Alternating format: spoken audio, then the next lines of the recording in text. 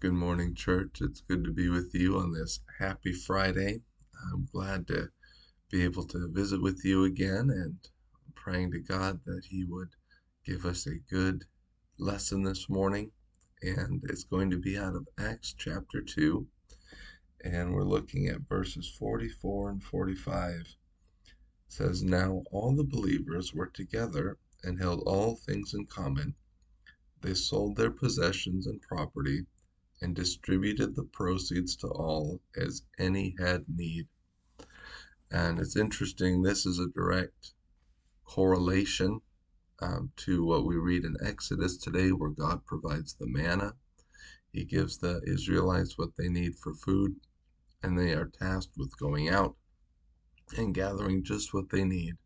If you're a small family unit, take a little. If you're a big family unit, take a lot. But take just what you need and just for today.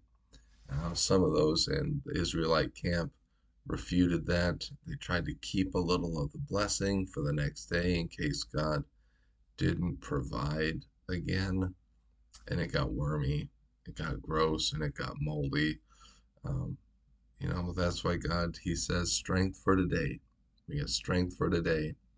And so these believers are practicing like that manna blessing. They're taking just what they need and distributing out the rest so that the believers' community didn't lack anything. Isn't it quite the sight? Isn't that quite the idea of what it was? That they're selling their land, their possessions, and they're just trying to do what Jesus told them to do. And so that's the big driving question here today. What is it that we are trying to hold on to take into tomorrow the blessings that God has given us to be used today? And we're told of our time, our talents, and our possessions. That's what we have to give. And we are not guaranteed tomorrow. We're not guaranteed any more time in this earth than you are experiencing right now.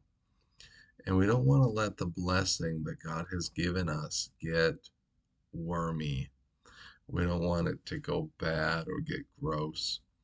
And so the big question, the big challenge is what is it that we can pour out today on those who we see have a need, on those who need a little bit of compassion, and those who need some support. And that's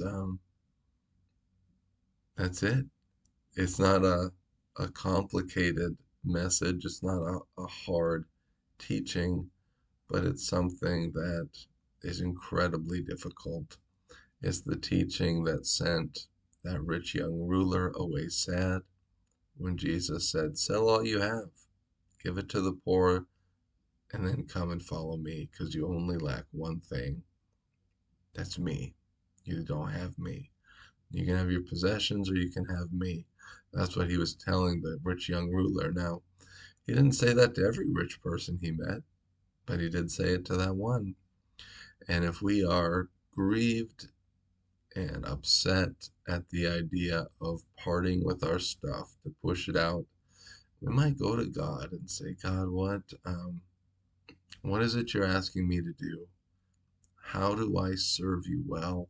How do I love you and not money? How do I have you as my one and only master? And show me those people around me who I can support in love." Because James says a faith that sees the poor and the hurting and the broken and says, "Oh, be blessed, warm, and well fed," but never supplies the need is worthless, is dead. We don't want a worthless, dead, we don't want a wormy faith, we don't want wormy blessings. So take it to God, see what He would have you do, be a blessing, spend it all today, and let God refill you tomorrow. I love you, church, and I look forward to talking to you soon.